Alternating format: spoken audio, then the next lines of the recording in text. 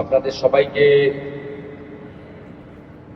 পশ্চিমবঙ্গ প্রদেশ ভারতীয় জনতা পার্টির পক্ষ থেকে এবং আমার পক্ষ থেকে সুপ্রভাত জানিয়ে আজকের এই গুরুত্বপূর্ণ সাংবাদিক সম্মেলনে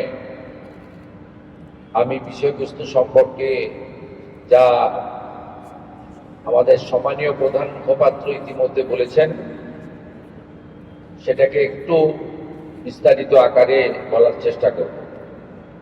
প্রথমেই আমি ধন্যবাদ জানাই আমার সঙ্গে থাকা ভারতীয় জনতা পার্টির সাধারণ সম্পাদিকা প্রাক্তন সাংসদ লড়াকু নেত্রী শ্রীমতী লকেট চট্টোপাধ্যায়, আরেক সাধারণ সম্পাদিকা আরেক নেত্রী আমাদের দলের লড়াকু নেত্রী শ্রীমতী শশী অগ্নিহোত্রী, সহসভানেত্রী বোন তনুজা চক্রবর্তী মহোদয়া,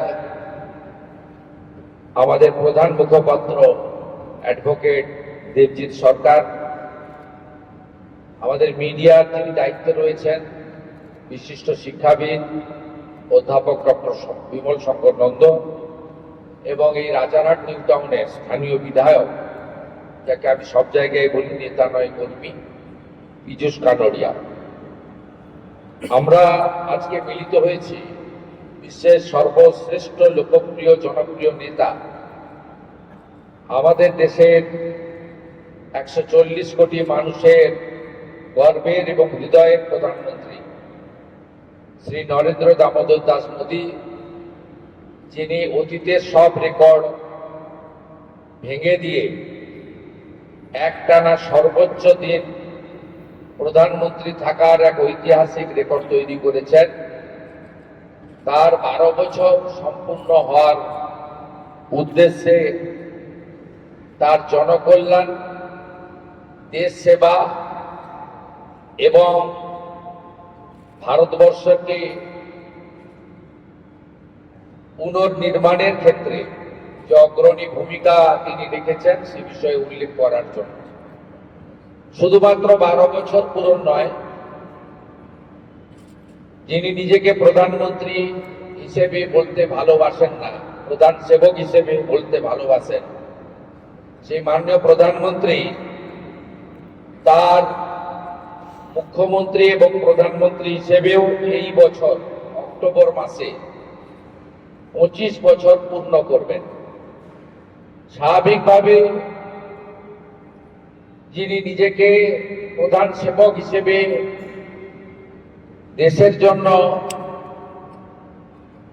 তিনি তার পুরো জীবনের একটা বিরাট অংশ দেশের জন্য তিনি কাজ করে চলেছেন, তাকে আমরা সবাই শ্রদ্ধা জানাই, প্রণাম জানাই এবং সকলে তার দীর্ঘায়ু কামনা করি।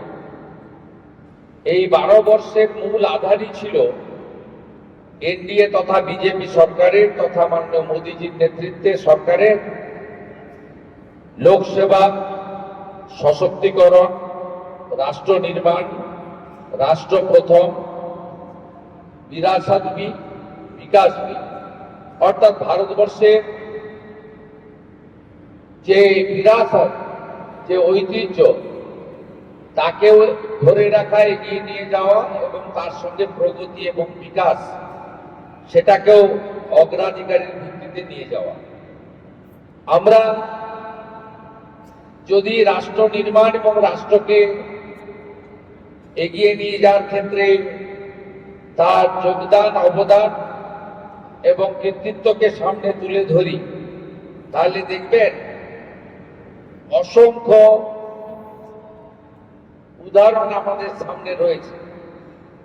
আমরা একটু আগে একটি ছোট্ট প্রদর্শনীর উদ্বোধন করেছি। এই প্রদর্শনীতে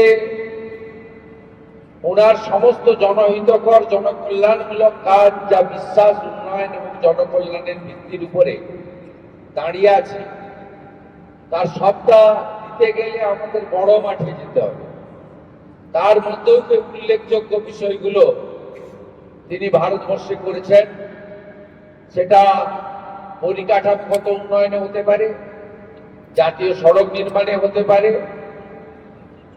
রেলপথ সম্প্রসারণে হতে পারে, নতুন বিমানবন্দর নির্মাণে হতে পারে, আধুনিক মানের শিক্ষা প্রতিষ্ঠান আইআইটি, আইআইএম ইত্যাদি নির্মাণে হতে পারে, অথবা এইমসের মতো অসংখ্য হসপিটাল এবং জেলায় জেলায় মেডিকেল কলেজ নির্মাণের মতো হতে পারে। এগুলো তো অসংখ্য অসংখ্য উদাহরণ আছে। এর বাইরেও পণ্ডিত দীনদয়াল উপাধ্যায়ের যে একাত্ম মানববাদ, তাকে প্রকৃতপক্ষে কার্যকর করার কাজ মাননীয় প্রধানমন্ত্রী করেছেন। তার সময়কালে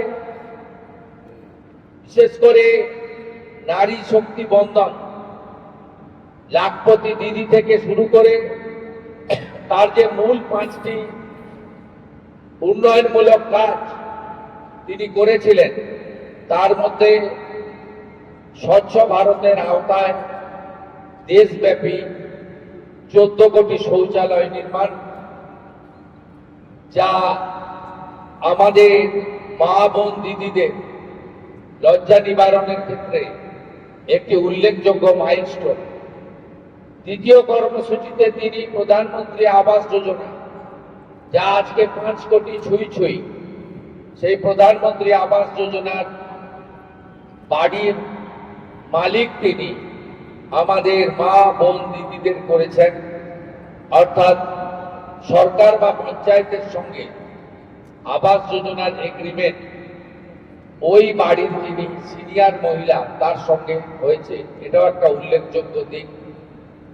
এর বাইরেও 82 কোটি মানুষকে প্রধানমন্ত্রী অন্ন সুরক্ষা যোজনার মধ্য দিয়ে তাদের প্রত্যেক মাসে ফ্রি রেশন দেওয়া, এটাও একটা উল্লেখযোগ্য দিক, আপনারা জানেন। এর সাথে